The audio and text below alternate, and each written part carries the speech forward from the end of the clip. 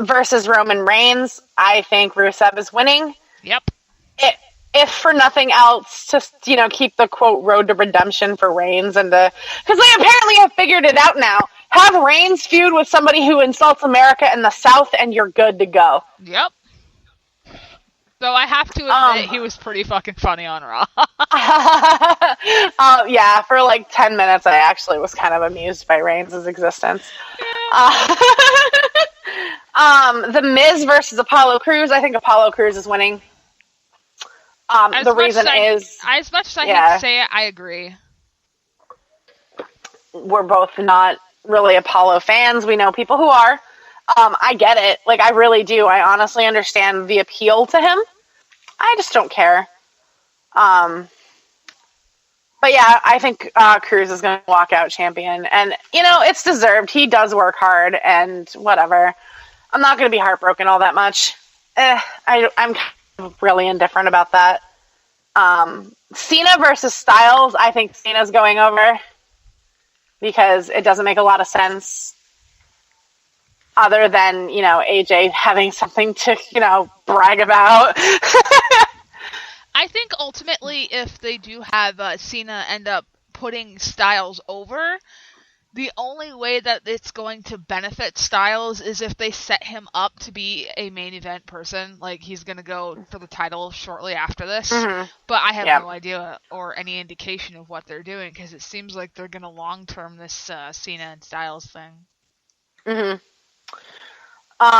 Sasha and Charlotte, I think Sasha's going to retain. Yeah. There's, Dana Brooke is banned from ringside, whatever, it's whatever. I think Sasha's retaining. Ambrose and Ziggler, I think Ambrose is retaining. I can't see them putting the strap on Ziggler for some reason, like, other than the fact that they really don't like him. But to have him representing SmackDown, I can't really see it as a thing. I love Ziggler, like, I really do, and I would love to see him with another championship reign. I just don't think it's happening at SummerSlam. He's basically another version of Zack Ryder. Yeah, unfortunately. Balor versus Rollins. That one I'm a little on the fence about. Because either way, we win. I honestly think that's going to be match of the fucking decade. Like, that's going to be nuts. I'm going to throw my hat toward Balor if I had to pick. And the reason I want to pick Balor is because I just want a strap on Balor. I really do. And the kid is way too talented. And I mean, the same could be said, for Rollins. Like, that dude could fucking wrestle his way out of a fucking sarcophagi and be fine. Like, I love that kid. But like I said, either way, we win. Frankly, I think, it kind of depends for me. I can't really say who I think's gonna win. Who I want to win would be Balor, not because, oh my god, I'm a Balor fangirl, but I feel like if they're trying to push this thing into like a new direction and do new, fresh things, it would be in their best interest to put the strap on Finn Balor and then just continue the storyline of Rollins wanting to get the title. But the WWE is pretty predictable as far as like their champions go, so I would think that probably we'll end up seeing Rollins. Because for some reason Raw, they're just like, ha ha ha, herder, we're going into the new era, yet they pull stuff like fucking celebrity endorsements and put them on the show, which, you say this is a new era, but you're doing this. This is not what you said this was. In a match nobody cares about, and by nobody I mean us, Brock Lesnar and Randy Orton. I don't care who wins as long as they both shut the fuck up. So, I honestly think Brock is going to win because the likelihood of Brock putting anyone over is slim to fucking none. And apparently this is the last thing that we're going to see of Lesnar until around Rumble time. I can't get on board. Supposedly they're setting him up for possibly being traded to Raw or something. Oh, no, he's on Raw. There's something that I read that he was supposed to be set up for some sort of title situation. Christ. Like later on, which I would imagine would be something that leads to WrestleMania. I don't know, but I don't like it because I hate part-timers. Yeah, same. I honestly legitimately couldn't give a fuck less about this match. And, a lot of the people who chime in with our chats on Facebook are Lesnar fans. By all means, boo-boo, do you. But I can't get on board. I've never liked him. I don't really give a flying fuck about Orton either. I authentically could not care. If I cared any less about this match, I'd be dead. Yeah. So, hilariously, though, evidently, it's been talked about that the WWE are kind of second-guessing their draft picks, and they're thinking about moving Randy Orton to Raw in exchange for Kevin Owens and Cesaro to be moved to SmackDown. And I was like, well, if you're trying to make SmackDown the better fucking show, then please continue. Yeah. But yeah, so I honestly think SummerSlam is going to be a snore fest. I mean, maybe we'll get surprised. I doubt it. Maybe. If we could only be so fortunate. But yeah, so that's SummerSlam. And now let's talk about something that actually matters. So let's talk about the Cruiserweight Classic. Honestly, 2 matches this week. Tajiri and Grand Metalik and Kota Ibushi and Cedric Alexander. Jesus fucking Christ. Literally. So, Jesus fucking H-tap dancing motherfucking Christ. Like, these 2 matches were so fucking mental. Really fast because, like, I feel like it's almost not as big of a deal was the Grand Metalik and Tajiri match. I mean, a little bummed. By comparison, it doesn't matter. Honestly, I was a tiny bit bummed because I adore Tajiri to the ends of the earth. But I am so impressed with Grand Metalik that I am so excited. Like, he comes out and I am like, fucking go Power Rangers. Like, I am so excited for his existence. God. And that was a segue. That was a segue. Go for it. My dad, he was passing through. I had my door open to my room and the TV was on. He was like, he just looks like a fucking Power Ranger. And I just lost my shit. And it's so fucking lovely. Honestly, that match was fantastic. Both men gave it everything. And ultimately, Tajiri was eliminated. Grand Metalik is going on to the next round. I'm excited because I love that Iron Man Power Ranger looking motherfucker, so I am stoked as fuck. Now, the reason why I'm cutting that conversation short is because motherfucking A. The match with Cedric and Kota was absolutely balls to the wall, were goddamn ridiculous. I didn't watch it when it was live, when everybody else watched it, so I ended up watching it with Elena later in the night, and I came over and I sat down with her, and I looked at her, and I'm like, I have not seen this yet. I'm ready. And she's like, oh God, okay. So, because I usually watch it before she does, so I kind of have that little mellow kind of thing. I literally was on the edge of our fucking couch.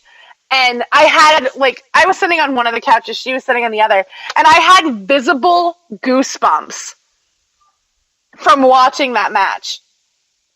And at the end of the match, I was sobbing because of the reception that Cedric Alexander got. Oh my God, I'm so glad that they edited that in. Me too. And I read it in the chat. I think it was Mary Kate that said it, that you would never see that shit on SmackDown or Raw. Exactly. But it's so true.